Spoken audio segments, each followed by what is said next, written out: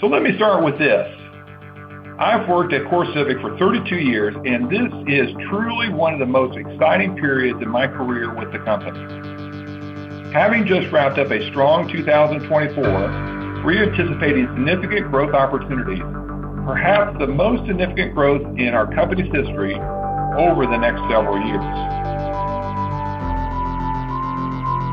This bill would expand the scope of mandatory immigration detention, going from the compulsory detention of any undocumented immigrant who is convicted of an act of theft, serious violent crime, larceny, or shoplifting, to the compulsory detention of any such person simply charged with, or even just arrested for such an offense, even if they are never charged with or convicted of a criminal offense at all. This is a huge departure from current law, which since 1996 has only required mandatory detention for those who are criminally convicted or who admit to having committed certain crimes. That is, when criminal guilt is certain. It's important to note that the government already, as my friend acknowledges, has discretionary authority to detain any and all undocumented immigrants facing deportation. So this bill would actually take away the executive's discretion to detain those who are most dangerous or most likely to flee. Most Americans really are shocked that they learn that the 13th Amendment, which formally abolished slavery in our country, excludes incarcerated people. It's called the Exception Clause, which was approved by our very Senate Judiciary Committee in 1864. The language of the Exception Clause lives on not only in our federal Constitution, but also in 16 state constitutions. Today, our nation incarcerates over 1.2 million people in state and federal prisons, and 2 out of 3 of these incarcerated people are also workers. In most instances, the jobs these people in prisons have look similar to those of millions of people working on the outside. They work as cooks, janitors, and groundskeepers, or in laundries and factories. Outside the prison walls, incarcerated people provide vital public services such as repairing roads, fighting wildfires, or clearing debris after hurricanes. They cultivate and harvest crops, some on penal plantations situated on land that was originally the site of slave plantations. But there are 2 crucial differences. Incarcerated workers are under the complete control of their employers, and they've been stripped of even the most minimal protections against labor exploitation and abuse. From the moment they enter the prison gates, they can be forced to work. More than 76% of incarcerated workers report that they're required to work or face additional punishment such as solitary confinement, denial of opportunities to reduce their sentence, and loss of family visitation. Illness, injury, disability, or physical inability to work often does not relieve them of work duties. U.S. law explicitly excludes incarcerated workers from the most universally recognized workplace protections, including health and safety laws. Incarcerated people sometimes work in dangerous industrial settings or hazardous conditions that would be closely regulated and monitored if they were not incarcerated. Workers are assigned work in unsafe conditions without the standard training or protective gear provided in workplaces outside prisons. In numerous cases we documented nationwide, serious injuries and deaths could have been prevented with proper training, machine guarding mechanisms, or personal protective equipment. Incarcerated workers are not covered by minimum wage laws and are paid on average 13 to 52 cents per hour in non-industry jobs. We believe CoreCivic is exceptionally well-positioned operationally and financially to meet what we expect to be a sharp acceleration in demand from our partners, particularly our key federal partners, Immigration and Customs Enforcement, or ICE, and the United States Marshal Service. Turner, in your opening statement, you called the so-called exception clause of the 13th Amendment a gaping loophole. Do you believe that is a loophole? I do. It is the foundation of prison labor programs today. So you think a loophole implies it was unintended or accidental or omission? You think the people who drafted the 13th Amendment and ratified it didn't know what they were doing? Oh, I think it was absolutely intentional, and it allowed for the use of incarcerated people to replace this free slave force provided by chattel slavery. And we saw it in some states, for instance, in Texas, following the passage of 13th Amendment. The state of Texas purchased 10 plantations and began running them as prisons, some of which still run today. But the reality is that state licensing restrictions bar many formerly incarcerated people from engaging in work directly related to the work that they learned and took on while incarcerated. And these state licensing restrictions often aren't related to their crime of conviction. It's one thing to say you can't be involved as an accountant if you have a white-collar embezzlement conviction, for instance. But someone who's worked as a hospice aide in prison, who's worked for years tending to dying and sick, incarcerated people, may be barred in many states from obtaining work as home health care aides or hospice nurses. And that's a problem as well. And while we look to the solutions that ensure people can succeed when they reintegrate into their families and their communities, we also have to consider ending these barriers to employment for people after they're released. The change in presidential administration on January 20th has ushered in significant policy and legislative changes that directly impact our business.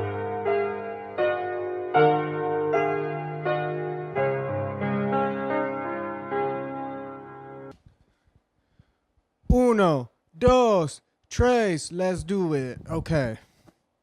Welcome to I'm Sick of This Place. I'm your host, Chad Becker. This podcast is to make you kind of feel schizophrenic like I am. That's why I put all sorts of weird little shit in there for me, for you, for us. And another thing, it is a way for me to tell you to stay away from pop culture in a sense. What was I here to talk about? I was here to talk about, so I'm working, right? And I think to myself, why is there so many grown men fist fighting for Pokemon cards? And it's mostly people that look like me. Listen, these are people that look like me. You go, he probably fucking, I have not bought Pokemon cards. I have not bought any sort of card. Like, I have bought other bullshit, but I have not purchased Pokemon cards since probably 12, 13. I don't fucking know. I'm pretty sure in 5th grade when I stayed the night at Alex Summers' house with Robert Storm.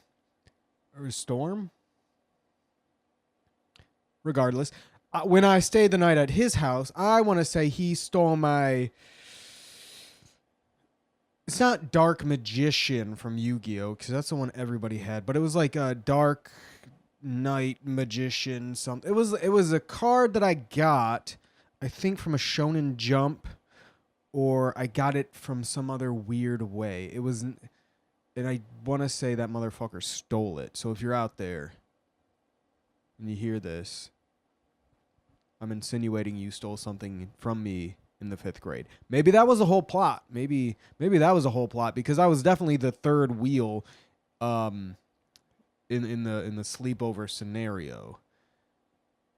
So I assume that's what the whole shindig was, to get my card, because I don't think anybody liked my fat ass as a child besides the other fat children.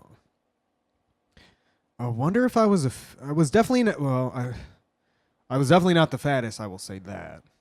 Thank God. But the Pokemon card situation. Here's what I think needs to happen. If grown-ass men that can't grow beards, or they can, but it's not great, and they do it in a sense to look more manly than what they do. Once again, they look like me. I probably can grow a shitty beard like these shitty people that fucking fight over Pokemon cards. And I don't give a fuck if you're fighting a grown-ass man with no kids, well, you have kids, for a Pokemon card deck. I don't care if you're fighting other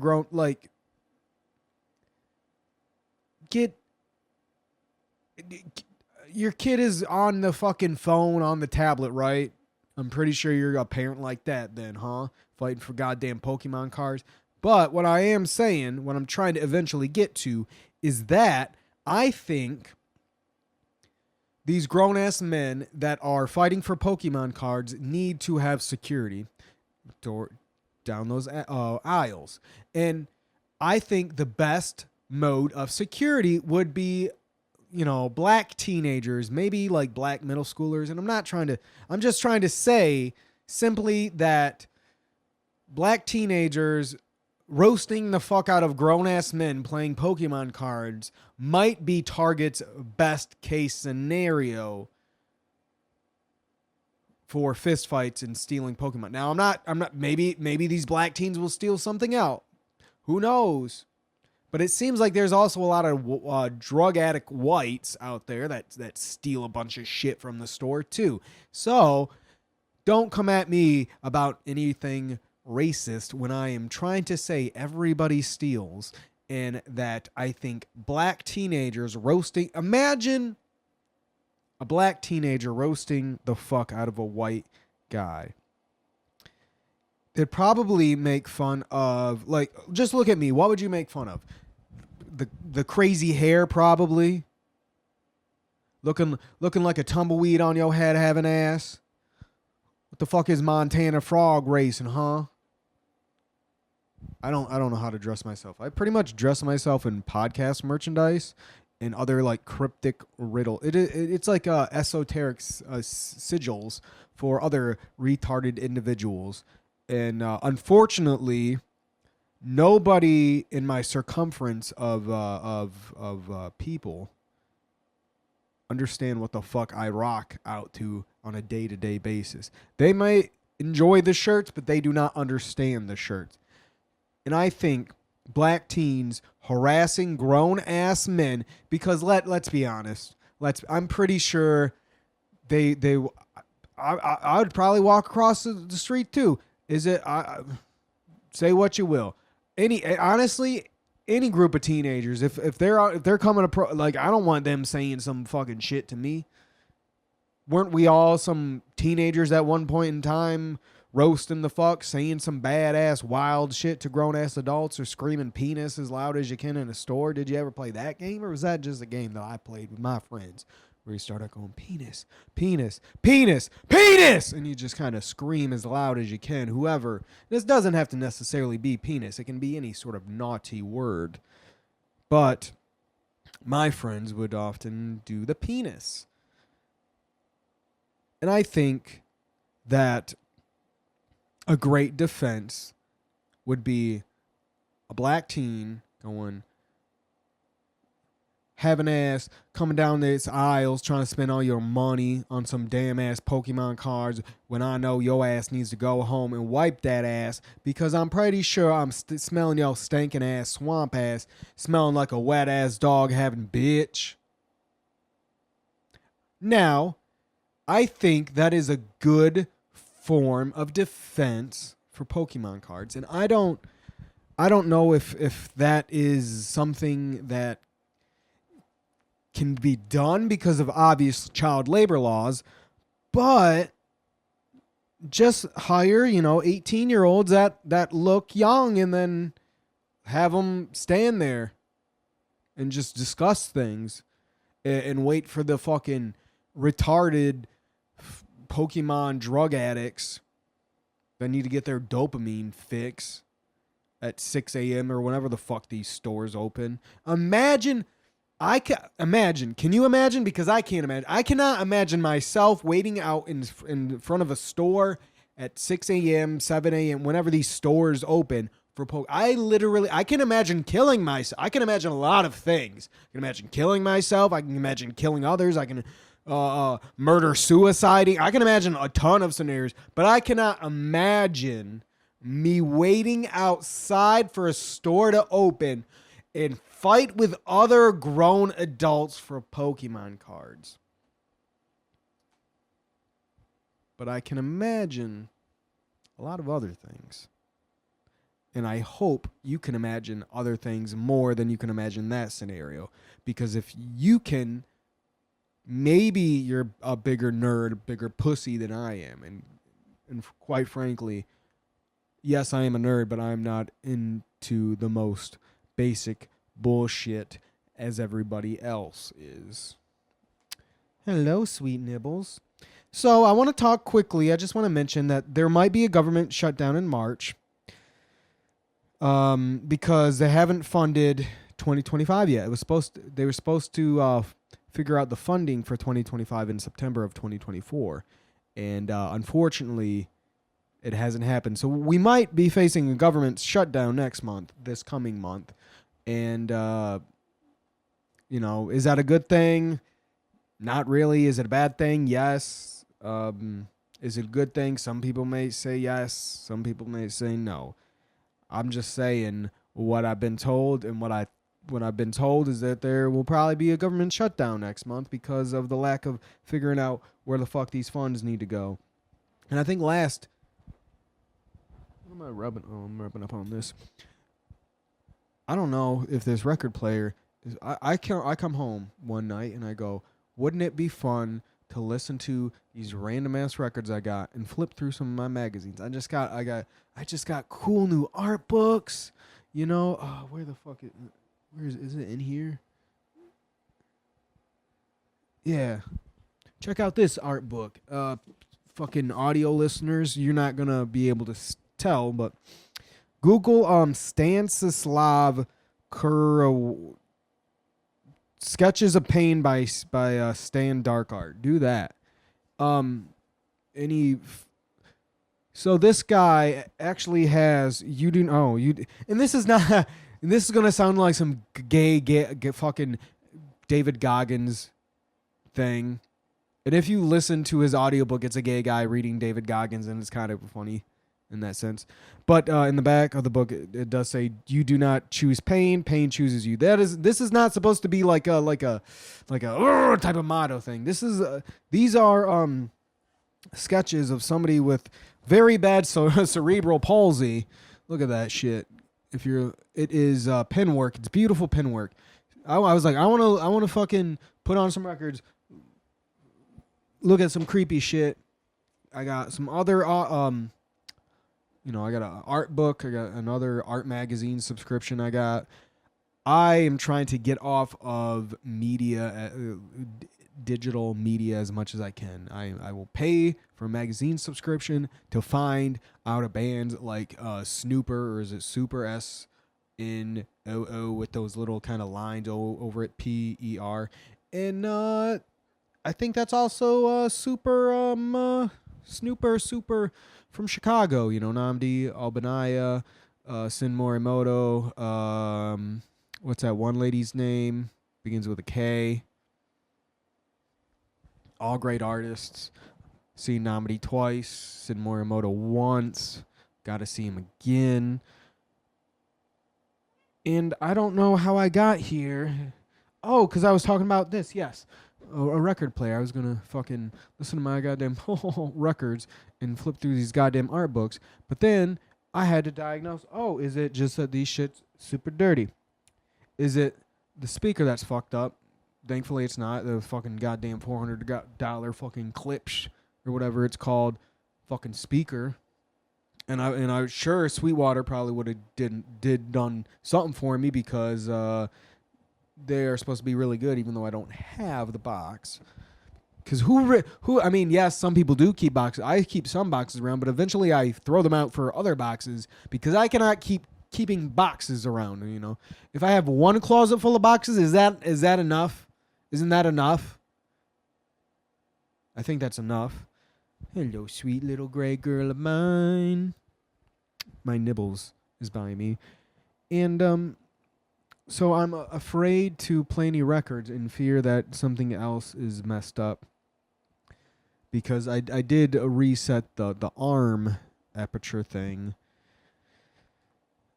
And I haven't played a record since. And I hope that it's not messed up. Because it sounded horrible. Like the Paula Perry album that I got. Shout out Paula Perry. Shout out not being able to produce an album or have an album, but have it be shelved for 20 goddamn years because of whatever the fuck contract weird bullshit. And what was that other one? Oh, Veggie Hammer. Yes. Pretty sure they'll be big. Also, Naked Raygun. They're old. They rule. If you like bands like Big Black and Sonic Youth, check out Naked Raygun. Also, I was listening to Deltron 3030 because I've been listening to so much like rock and shit. I'm like, I gotta go back to my roots. I gotta listen to some hip hop. So if Deltron 3030, if you haven't heard, you'll probably know the fucking rapper. He's he's not in Gorillaz, but he's featured a lot in Gorillaz. Del, the funky Homo sapien. And if you like him, check out his solo work and check out Hieroglyphics and whatever the fuck else that he's been in. I don't know. He's somebody's cousin. I do remember that. Is he somebody from is it somebody from NWA cousin? I don't know. He's another like famous rapper cousin, and me myself personally as a person prefer Del the Funky Homo Sapien to whomever the fuck his cousin is, unless it's like Method Man or something like that. I would love for Method Man to read audiobooks, like just whatever audiobook. Is it weird that like his voice is soothing to me? Is it because I've listened to so much Wu-Tang? It's soothing to me. But I want to say last episode or another episode ago, I was trying to talk about the short story about AI robots, and I believe I set the premise that like in 50 years in the future, no.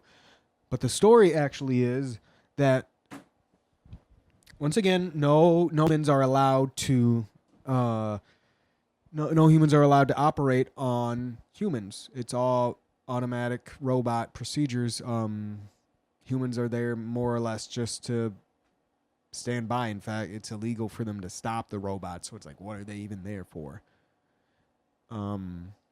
So this doctor sees a robot kill a young girl, and he is not necessarily powerless to stop it, but he'll go to jail for stopping it, pretty much.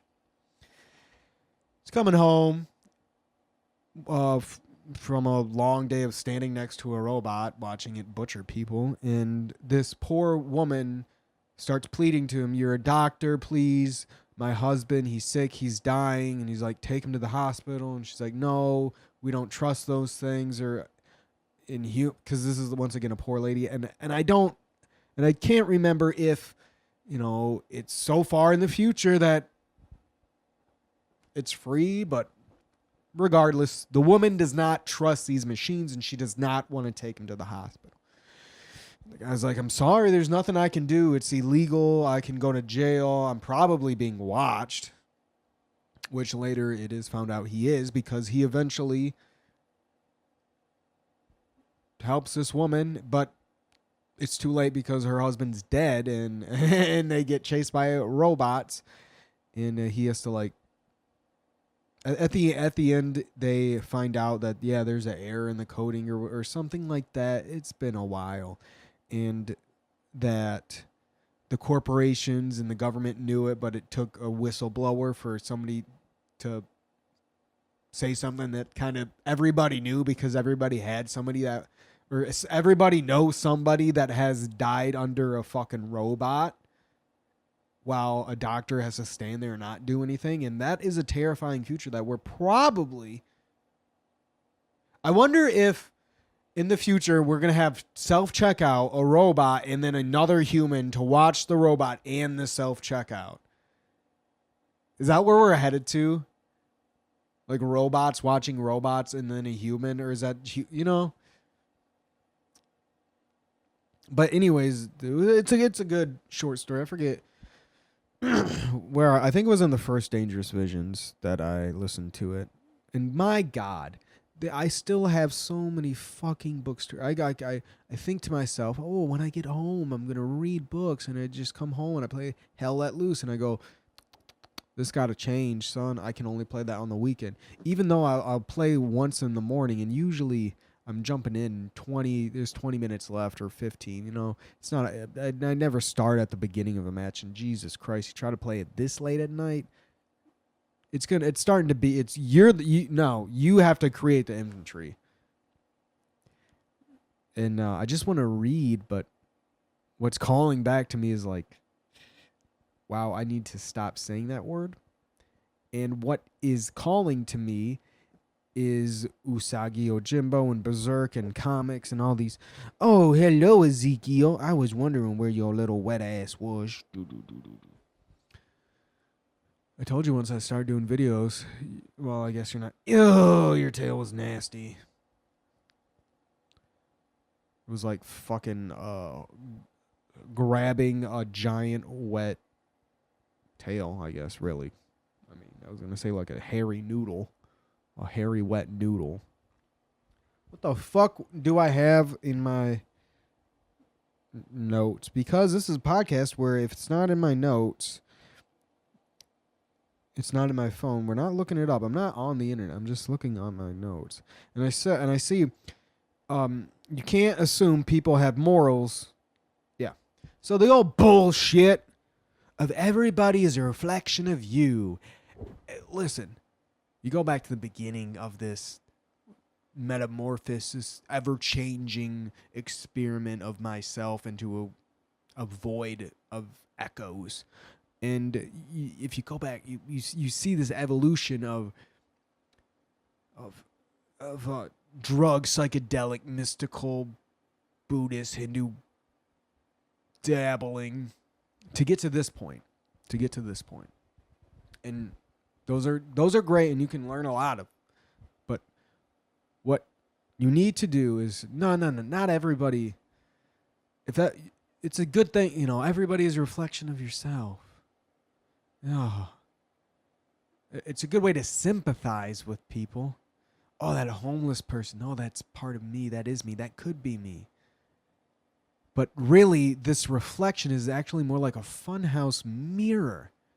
Because a lot of people, I assume, because I do it, and if I do it, I cannot be only the single person out there, because that'd make me really different and a real individual. And I don't really believe there are true individuals in this world, not in this bullshit that I'm starting to say about everyone is a reflection of yourself or you're always connected, blah, blah, blah.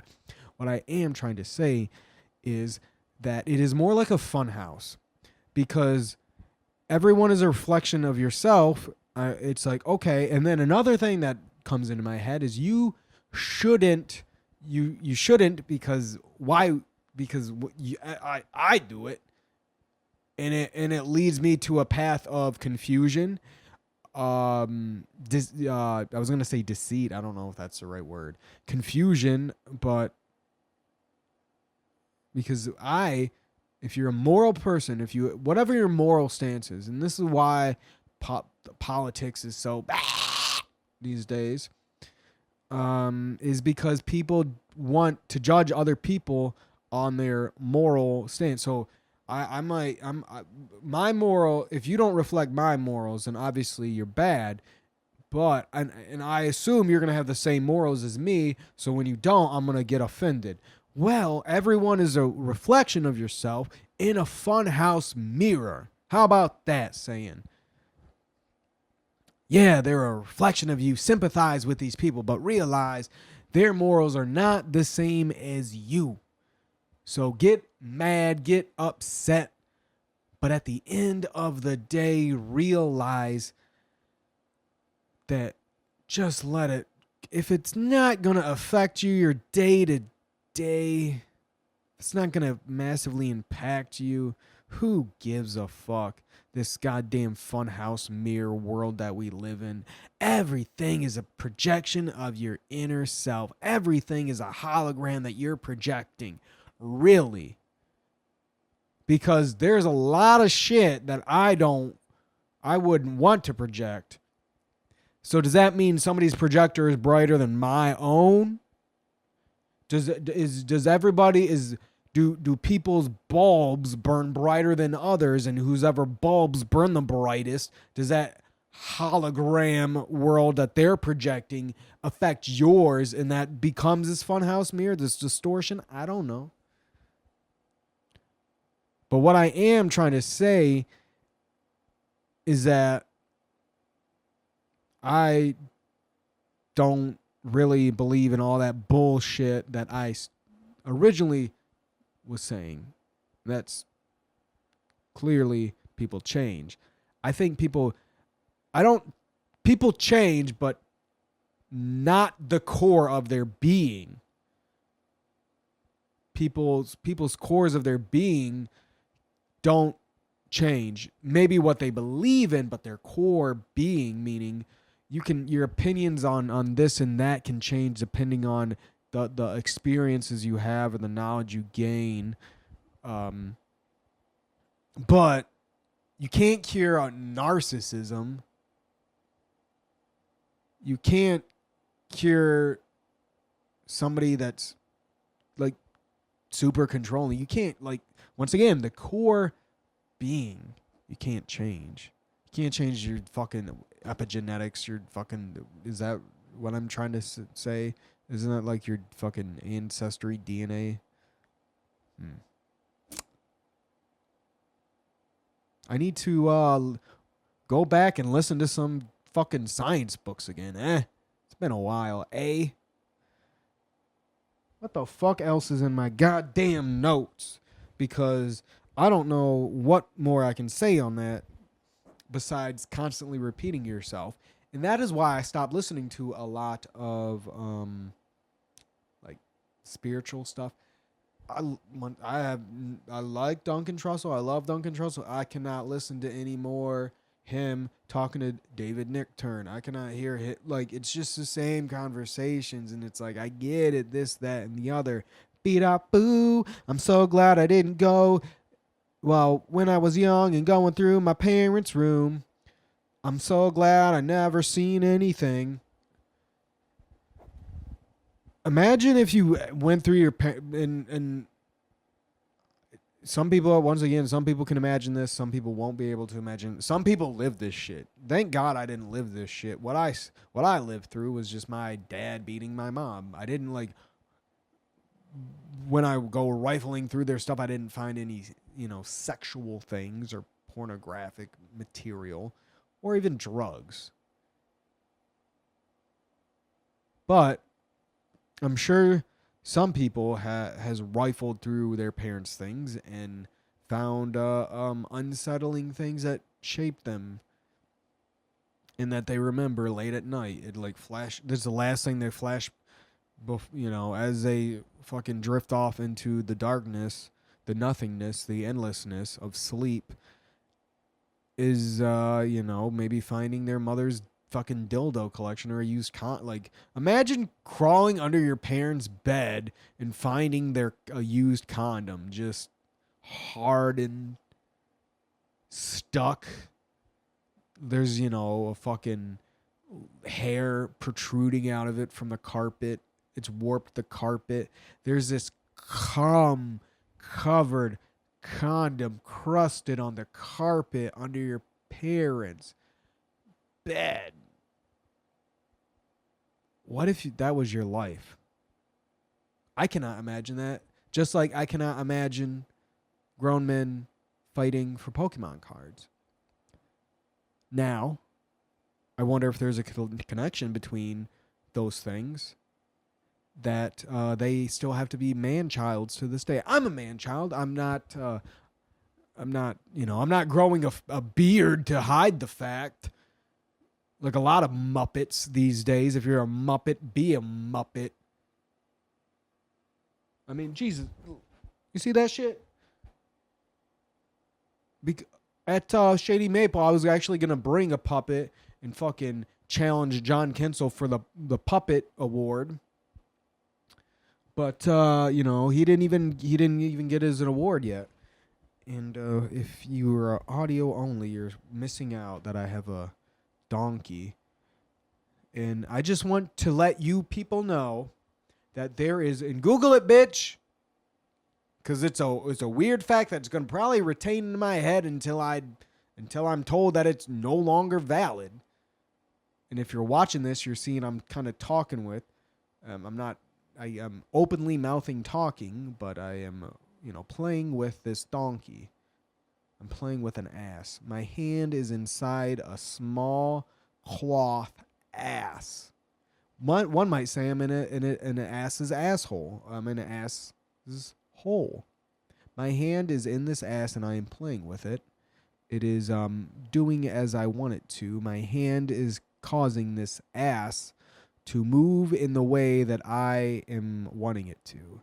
And this ass, unfortunately, there is only around 500 wild African asses alive today. And I learned that after I got into a fight with my boss, who just happens to be a strong, independent black woman.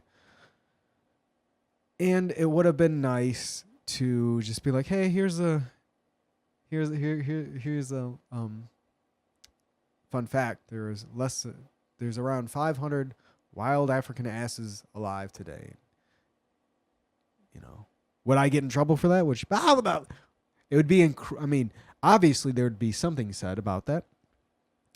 But the thing is, if you fact check me, I'm right, bitch. So I'm just trying to, and I'd be like, listen, Shane Moss talking about, I just thought it was a fun fact. And I thought that, African asses should be preserved and that they are an endangered species. And I thought it's important for all of us to know that endangered species need to be protected, and we are slowly wiping them out quick. And I have a long list actually in the kitchen where I just have a list of, the closest things, and I wake up every day and I check the phone and I cross it off. Butterflies. I should have planted that milk thistle like I thought.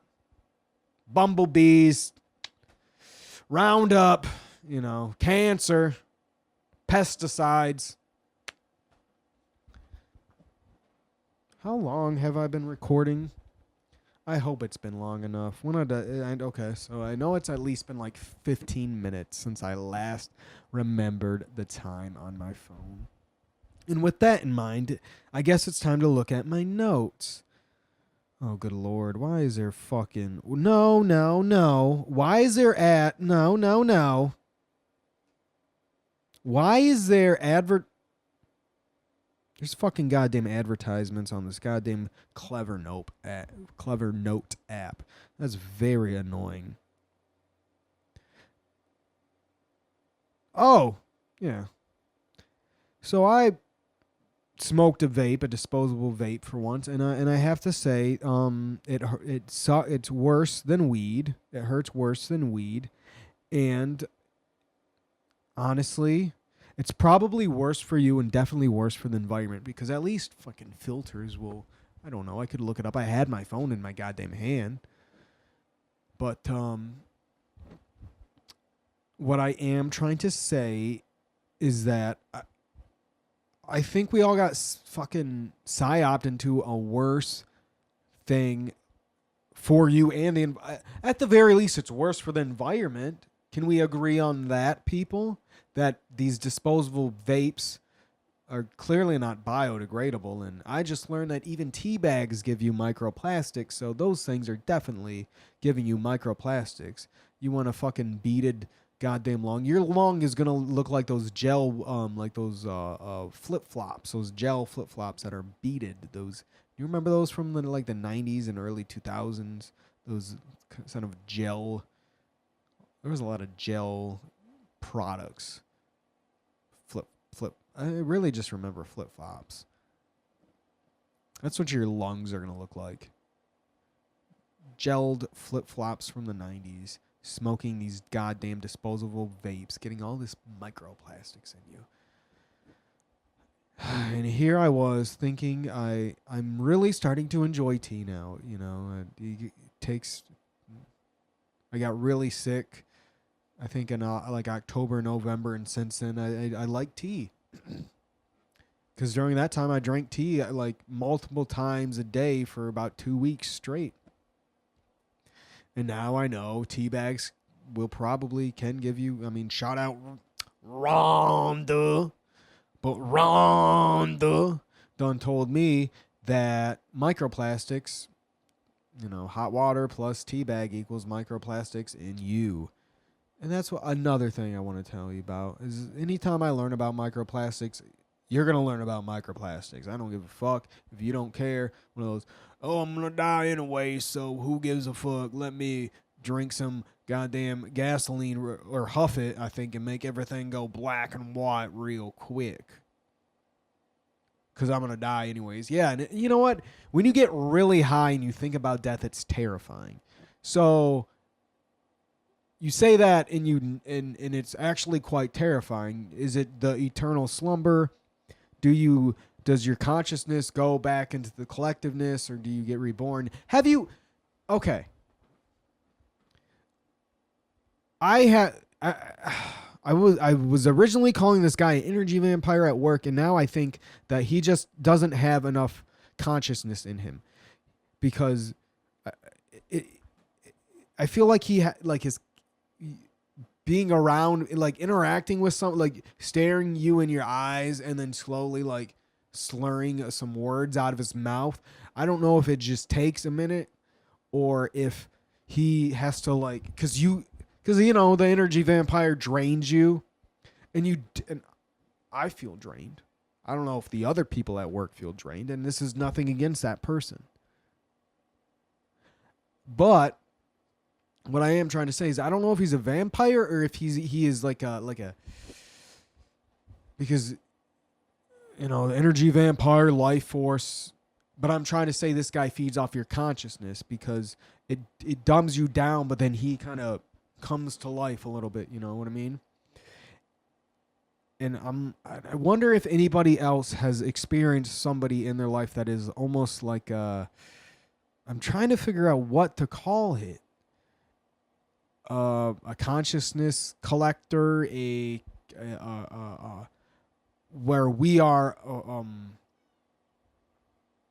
a fucking, because you ever hear how your brain is like an antenna for consciousness and it picks up the waves and beat about. So if that, what if we are, you know, we got nice regular, most of us got regular antennae, and he's got a fucked up one, or maybe he's like a repeater. You know how you can get Wi-Fi repeaters? Maybe he's like a consciousness repeater. So yeah, it's taking your energy, but it's projecting it back out through him back to you, but it's still like, you know, it's not feeding you, but it's feeding him in some weird way.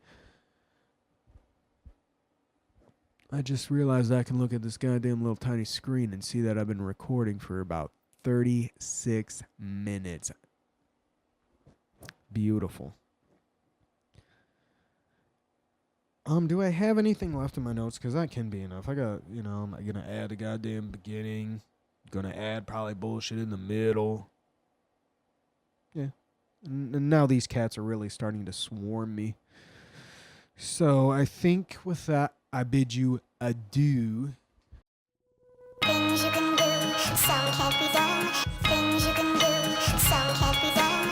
Things you can do, some can't be done. Things you can do, some can't be done.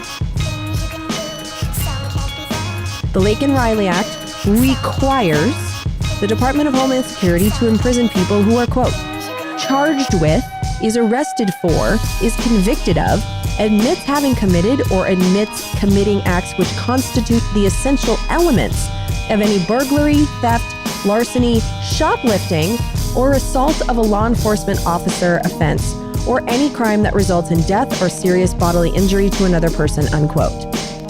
And that might sound reasonable until you read it closely. Because this new law enables indefinite imprisonment of possibly innocent, legal immigrants, followed maybe by deportation.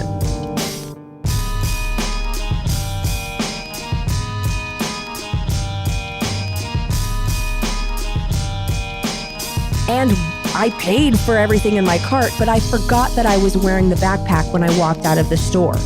And I only realized that I had it after I had walked home, which was miles away. And should I have taken the time to return it? Yes, I should have, but I just didn't. And if I were here without my proper papers, even saying that to you right now on air would qualify me for unlimited imprisonment or deportation because I, the dangerous criminal shoplifter, quoting from the Laken Riley Act, quote, admits having committed or admits committing acts which constitute the essential elements of a burglary, theft, larceny, shoplifting, unquote.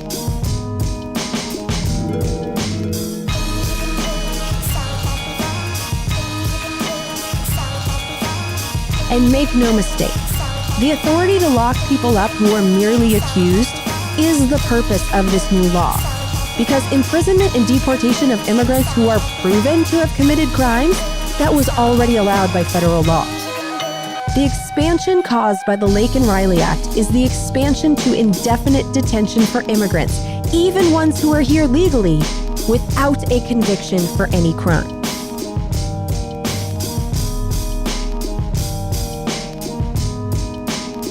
And huge red flag, on the day this law was signed, President Trump also signed an executive order requiring Guantanamo Bay Prison, the same prison where we have locked up a few dozen humans who have been convicted of nothing for more than 20 years. Well, that prison is being ordered to be filled to capacity with criminal aliens.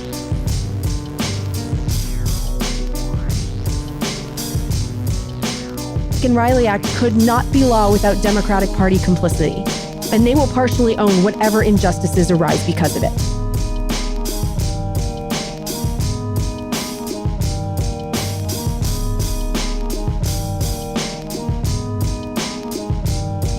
In 1984, CoreCivic opened our nation's first for-profit prison in, surprise, surprise, the state of Texas. The Biden administration actually increased the private prison population. In January of 2021, when President Biden took office, Immigration and Customs Enforcement held an average of 15,444 people in detention each day. In July of 2023, Immigration and Customs Enforcement was detaining on average 30,000 people each day.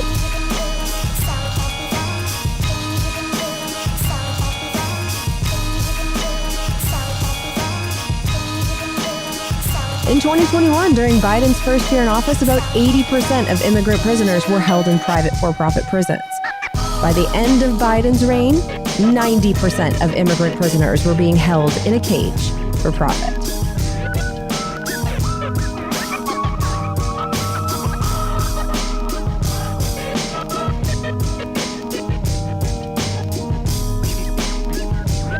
The OG private prison corporation, CoreCivic, remains the largest private prison corporation in the United States. As of 2023, it had enough capacity to cage over 65,000 human beings for profit, and about 30% of those beds are reserved for immigrants caged by Immigration and Customs Enforcement.